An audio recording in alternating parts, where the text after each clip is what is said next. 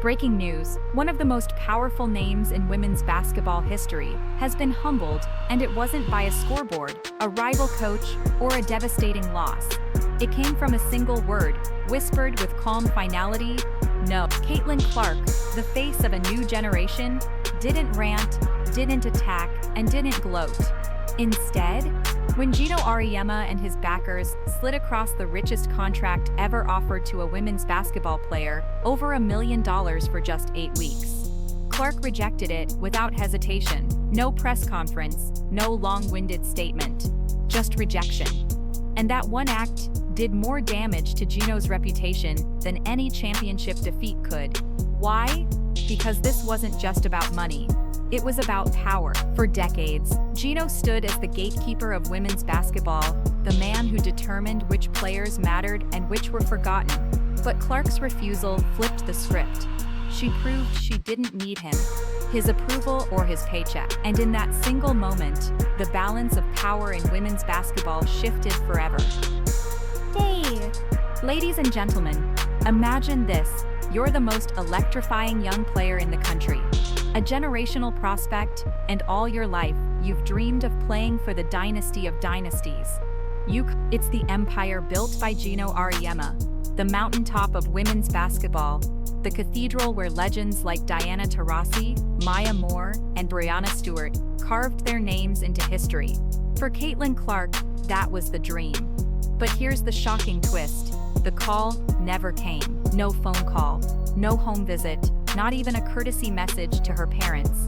Geno, the so-called master recruiter, simply passed. His excuse? He already had Paige Bueckers and didn't want two-point guard. But then came the insult that still lingers today. He claimed Clark should have called him if she really wanted to be a Husky. Think about that. The man who built his legacy on discovering transcendent talent before anyone else decided Clark wasn't worth the effort. Then blamed a teenager for not chasing him. That wasn't just arrogance, it was disrespect. And Clark, instead of sulking, did something far more dangerous to Geno's legacy. She remembered. She filed away the slight end when she chose Iowa, a program with no UConn banners, no dynasty glow. She turned that rejection into fuel for a fire that would later engulf Geno's empire. In the eyes of many, Caitlin Clark choosing Iowa over UConn was a downgrade, a plan B for a player who supposedly missed out on the dynasty. But here's where the story takes a dramatic turn. What looked like a consolation prize became liberation. At Iowa, Clark wasn't competing for Geno's approval or stuck living in Paige Bueckers' shadow. She was the star, the centerpiece, the recruit who would carry an entire program on her back. And from the very first time she laced up in Iowa City, she rewrote the script. Those logo threes, they weren't just shots, they were statements. Sold out arenas, they weren't just crowds, they were receipts. Undeniable proof that she was bigger than the system Geno thought she needed. And the TV ratings, shattering records week after week, showed the world that her impact stretched far beyond the hardwood. Every basket became a reminder. You missed this. Every highlight reel was a flashing neon sign saying, "You doubted me." Instead of being swallowed by UConn's banners, she built her own empire brick by brick in Iowa. And the brilliance of it all, she didn't just elevate herself. She elevated an entire program, reshaping the map of women's basketball in the process. What Geno once dismissed as a non-threat grew into the very storm that would eventually humble him. As Caitlin Clark's star was rising, Geno Auriemma had two choices: acknowledge her brilliance or try to minimize it. And true to form, he chose arrogant. Time and again, when asked about Clark, he brushed her off with snide remarks and condescending sound bites. He once compared her fearless style of play to a kid shooting around in the drive. He repeatedly linked her achievements back to Paige Bueckers, as if Clark's meteoric rise could only exist in comparison to his chosen star. But here's what Geno failed to realize. His arrogance wasn't protecting his legacy. It was eroding. Ordinary players don't sell out Madison Square Garden. Ordinary players don't pull millions of viewers into women's basketball broadcasts. Ordinary players don't force corporate sponsors, networks, and sports analysts to pivot entire conversations around them. Caitlin Clark wasn't ordinary. And by pretending she was, Geno only made himself look out of touch. His dismissals became proof of insecurity, subtle reminders that the game was moving on without him. And every time he downplayed her greatness, Clark answered, not with words but with performances, so jaw-dropping, they left no room for debate.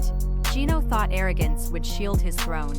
Instead, it exposed the cracks in his empire. If you thought Geno Auriemma's arrogance toward Caitlin Clark was damaging, what came next was even worse. In June 2024, during an interview on The Dan Patrick Show, Geno crossed a line he could never walk back. He didn't just dismiss Clark, he insulted her fans. He called them delusional, stupid, and claimed their belief that Clark could contend for MVP as a rookie was disrespectful to the league. Think about the absurdity of that. Millions of new fans, families, kids, casual viewers were showing up in jerseys, filling arenas, and tuning into broadcasts. Because of Caitlin Clark, they were injecting life and energy into women's basketball at a level never seen before. And instead of embracing that wave, Geno mocked it. He told the world those very fans were giving the sport a bad name. That wasn't analysis. That wasn't constructive criticism. That was bitterness, plain and simple. And here's the kicker. Those same fans he ridiculed were the lifeblood of women's basketball's mainstream breakthrough. Geno's words didn't just reveal disdain, they revealed fear. Fear that his influence was fading. Fear that a new generation no longer needed him. Fear that the spotlight was moving for good. And by attacking Clark's supporters, he exposed his own insecurity to the entire world. The beauty of this story is in the irony. Geno Auriemma mocked Caitlin Clark's supporters, calling them delusional for believing she could finish near the top of MVP voting as a rookie. But instead of firing back, Clark let her game do the talking. And night after night, her performances became undeniable.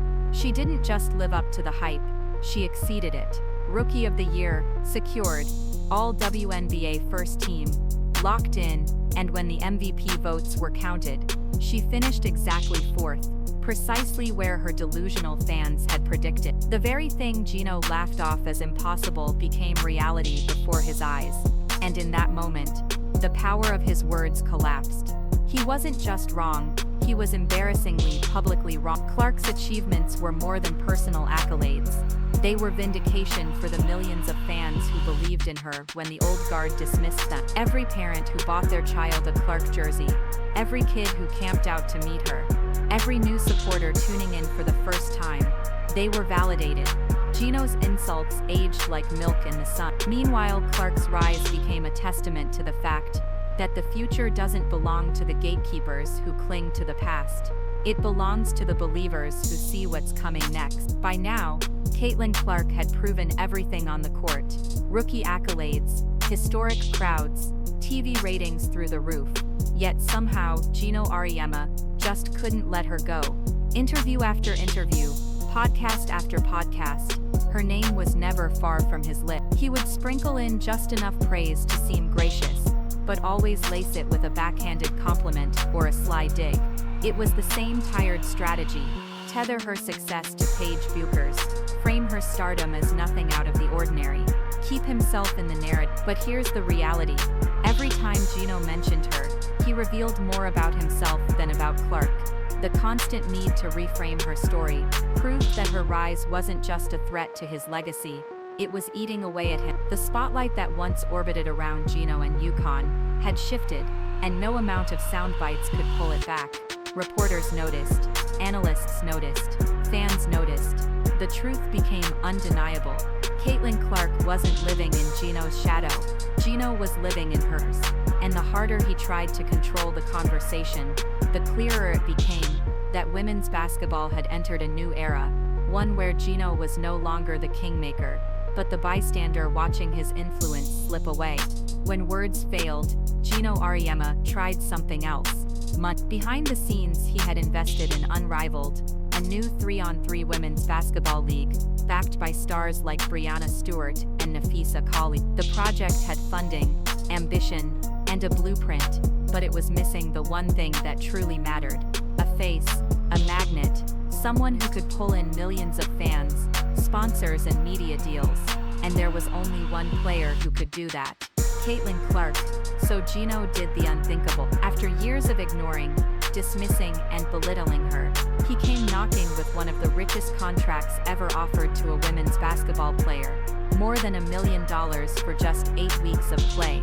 Let that sink in. The same man who wouldn't pick up the phone to recruit her out of high school was now dangling 7 figures, practically begging her to validate his league.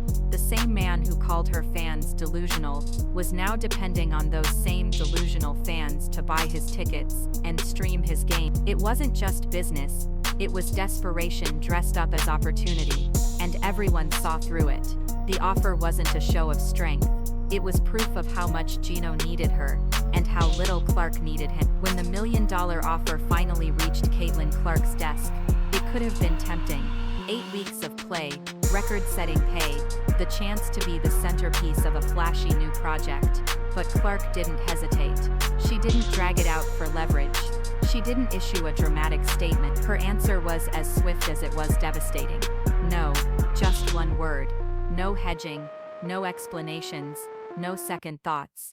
And with that refusal, she dealt a crushing blow, not just to Geno Auriemma's pride, but to the very credibility of Unrivaled. Because here's the truth, without Clark, the league lost its magnet, its face, its instant legitimacy. The hype around the project collapsed before it ever truly started. Fans mocked Geno on social media, pointing out the irony that the coach who once ignored Clark was now begging for her help, only to be turned down flat. For Geno, it wasn't just a rejection of a business offer, it was a public humiliation, a reminder that he had no leverage left. The throne he once sat on in women's basketball had already been wobbling.